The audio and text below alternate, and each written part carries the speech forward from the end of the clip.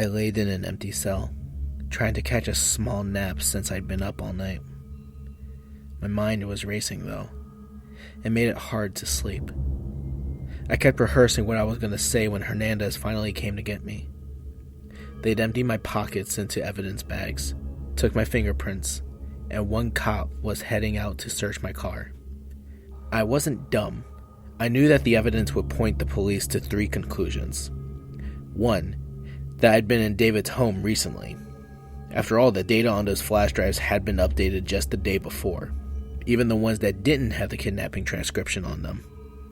2, the flash drive containing messages between David and his partner might lead them to believe I had kidnapped Katie. And 3, that I'd stolen David's hard drive, as well as confidential medical information.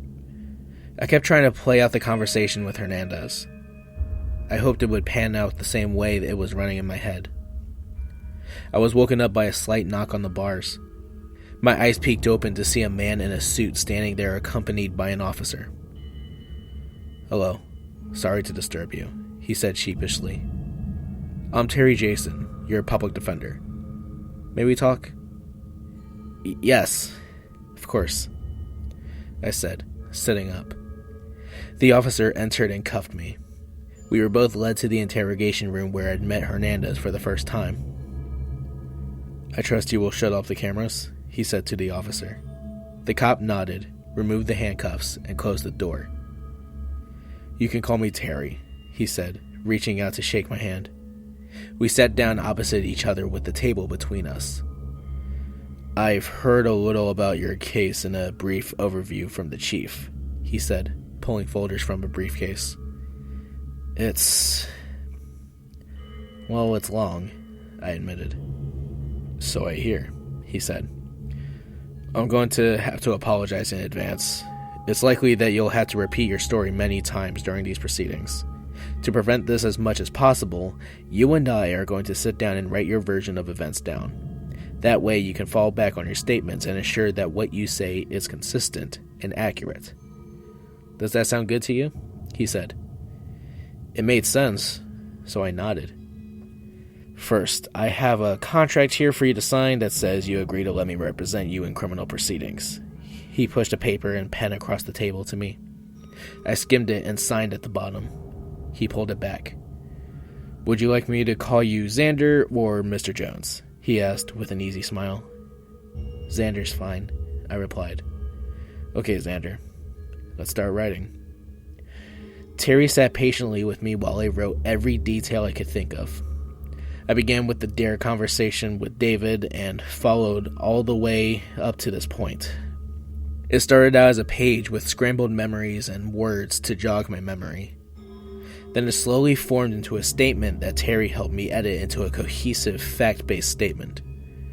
"When you are asked about your memories or an event, refer them to this document," he said. We worked for an hour before he spoke again. "I have to go to another appointment, but I've asked that you be allowed to continue working in your cell. I've scheduled a meeting with the prosecutor and Detective Hernandez tomorrow at noon. Do you think you can have it complete by then?" "Yes, I think so," I said. And I did. I spent the rest of my day writing that statement, but I was desperate to complete it before noon the next day. So much had happened, and I had so much to say. I was quite proud of the results. In fact, I was more proud of that statement than this one. That statement had a lot more fresh memories. This one feels a little more scatterbrained. My statement was concise and to the point, but maybe it's for the best that this is the one that I had posted.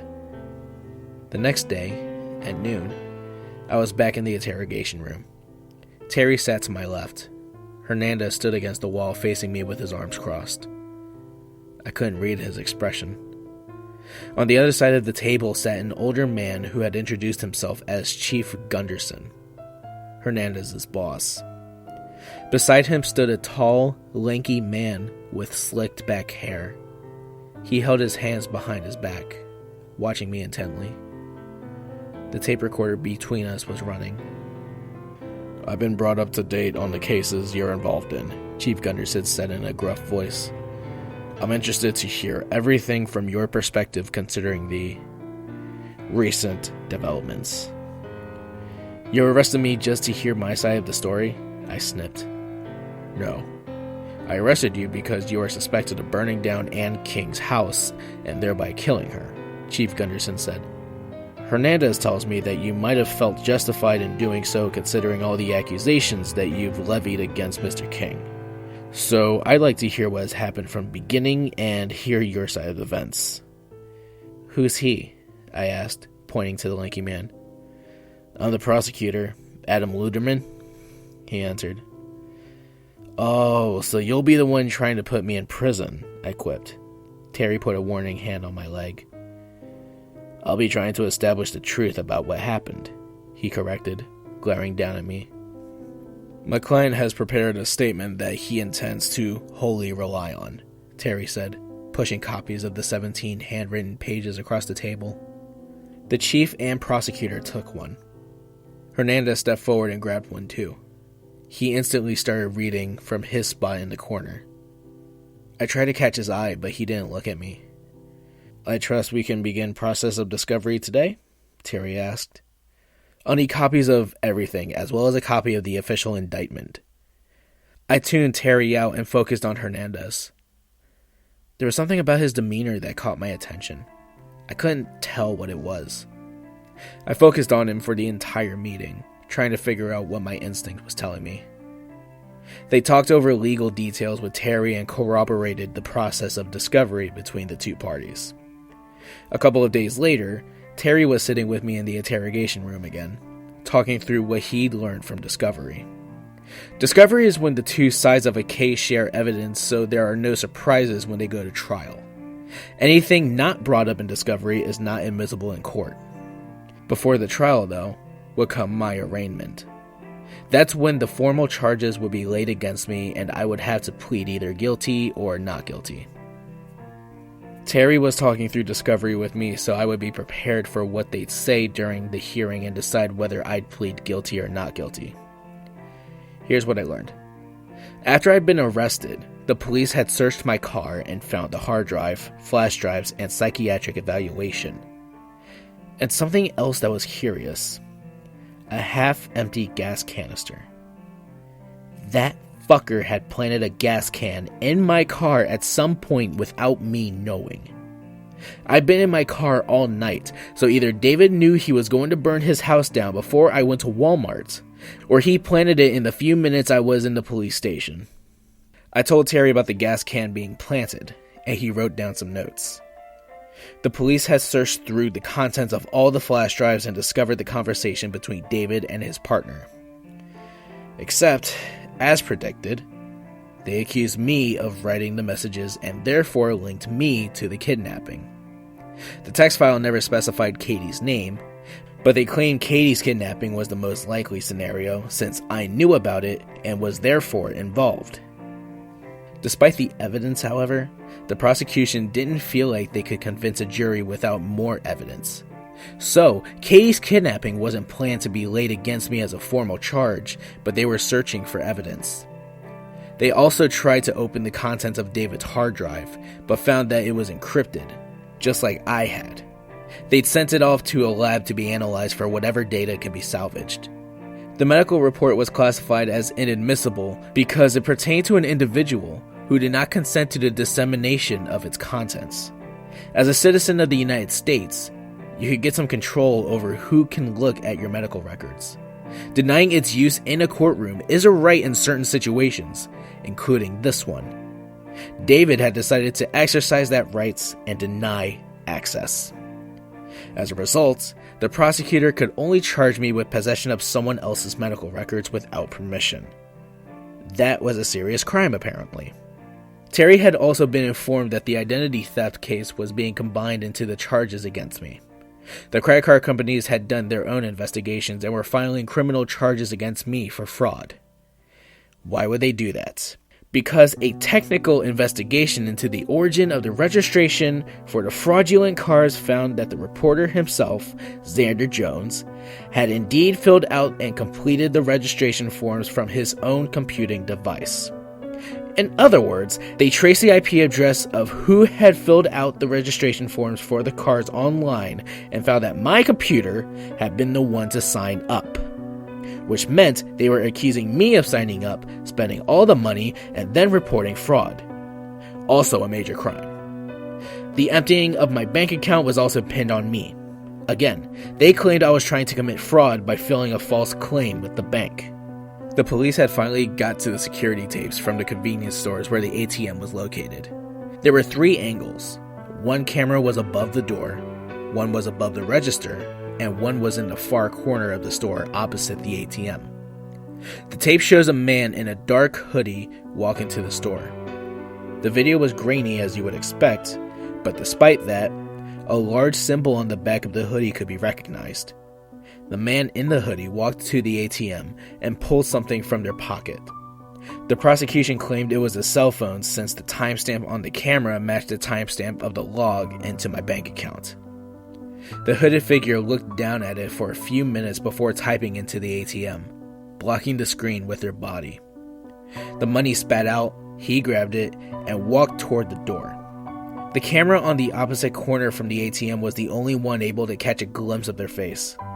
It was grainy, but the prosecution compared it to pictures from my Facebook profile to claim it had just enough resemblance to have been me. Comparing to David's pictures, it could have been him too. I'd argued that point with the prosecutor pretty fiercely. When I was done with my outburst, the prosecutor told me that the investigators had also found a hoodie with the same logo in my apartment. Then they played their trump card. The bank had been logged into from the IP address assigned to my own cell phone during that time period. Regarding the fire, which was the main accusation against me, they had decent evidence. The gas can was one, and the voicemail was another. But there was even stronger evidence. When I first arrived at Walmart, I parked near the front doors, in view of the cameras hanging off the building. They clearly saw me drive away when I was heading to David's house. When I came back though, I had parked in the back of the lot, intending to be away from other cars while I slept. The cameras could barely make out my car parking in the back lot. It was too dark to tell if it was even a vehicle, the prosecutor claimed. So, realistically, I only had my own testimony to support the fact that I got back to Walmart at around 6 p.m. I should add that it took about 15 minutes to get to David's house from the Walmart, just so you can understand the time frame. Fire crews had received a call at 6:04 p.m. that David's home was on fire. They had raced over immediately and found the house burning brightly. David had been found trying to lift his mother up from the ground in her bedroom.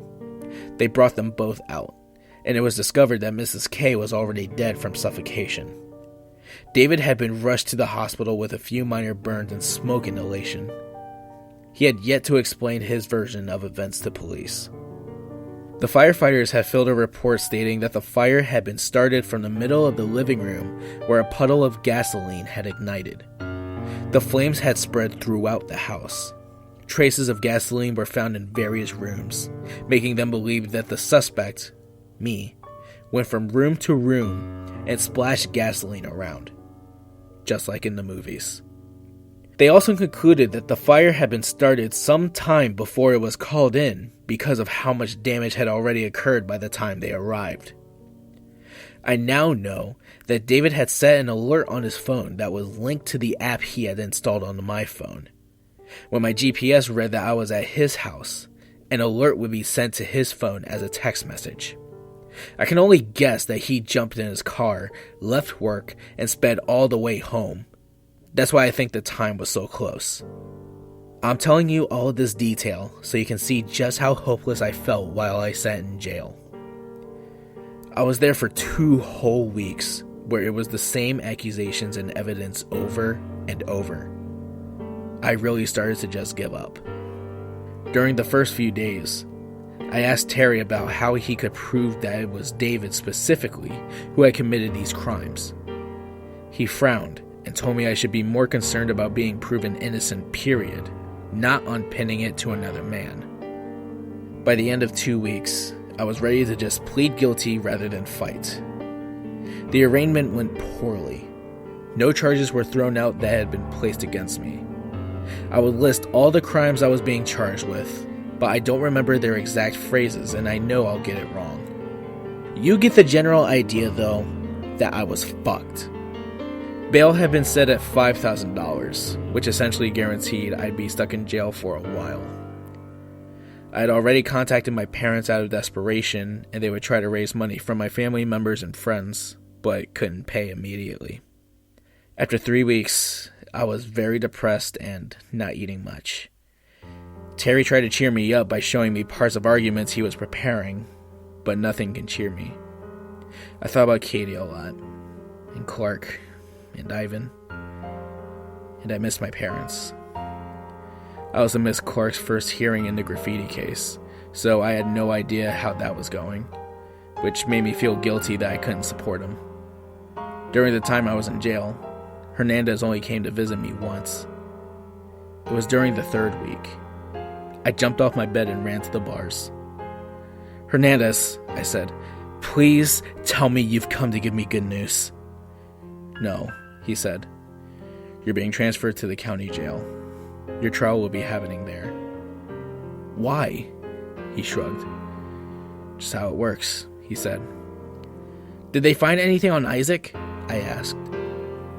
I'd been clinging to the hope that Isaac's body would turn up evidence against David. I just wanted to nail him for that one crime. Just one. I wanted it so bad that my hands would shake when I thought about it. "I'm not allowed to talk about that," he said, avoiding my eyes. "Anyway, came to tell you that you'll be moved in 3 days." "Hernandez," I said as he turned to leave. "I thought you believed me." "I do," he said, "until you burned David's house down. Now I'm not so sure who the psychopath really is." "I didn't do it!"